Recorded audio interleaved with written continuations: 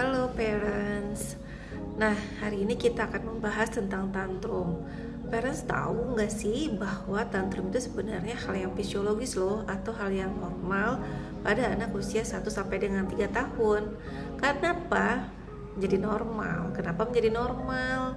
Karena pada anak usia 1 sampai dengan 3 tahun itu mulai terbentuk emosi parents. Makanya anak-anak usia 1 sampai dengan 3 tahun itu berusaha untuk mengungkapkan siapa jati dirinya. Jadi sehingga dia sering marah-marah, sering meminta sesuatu, atau bahkan ketika di tempat umum atau tempat yang ramai ya. Nah, disitulah dia berusaha untuk menarik perhatian kita, yaitu dengan menangis, meminta sesuatu berlebihan dan sebagainya.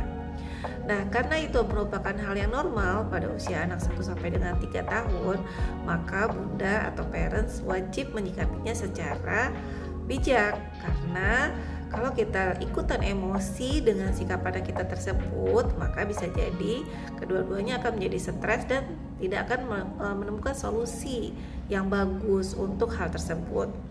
Nah, bagaimana sih kalau misalnya anak kita itu tantrum di tempat umum? Nah, yang bisa kita lakukan yang pertama adalah kita tetap tenang tentunya. Kita tidak usah ikutan marah atau memukul atau sebagainya kepada anak kita tersebut. Jadi kita tetap tenang, dan kalaupun misalnya terlalu ramai di tempat tersebut, kita bisa membawa anak kita ke tempat yang lebih tenang. Dan kita biarkan dia selama beberapa menit, maksimal selama 5 menit. Biarkan dia untuk mengungkapkan semua perasaannya. Kemudian setelah itu setelah dia tenang, barulah kita mendekat kepadanya, dan kita bisa juga memeluknya, dan kemudian kita bertanya kenapa dia menjadi sangat marah. Hal itu juga bisa disebabkan mungkin kita tidak menemukan kesepakatan.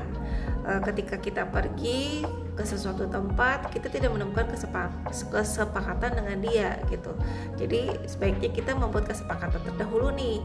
Ketika kita mau pergi dengan apa, bagaimana kita ke sana, atau apa yang harus kita lakukan di sana. Nah, itu harus kita beritahukan kepada si kecil sehingga dia tidak menjadi kecewa.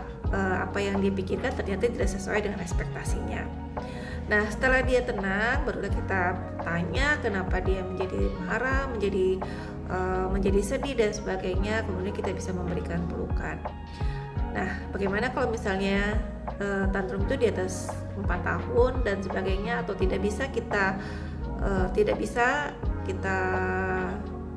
maksudnya kita tidak bisa kita kendalikan, maka kita bisa berkonsultasi kepada dokter anak.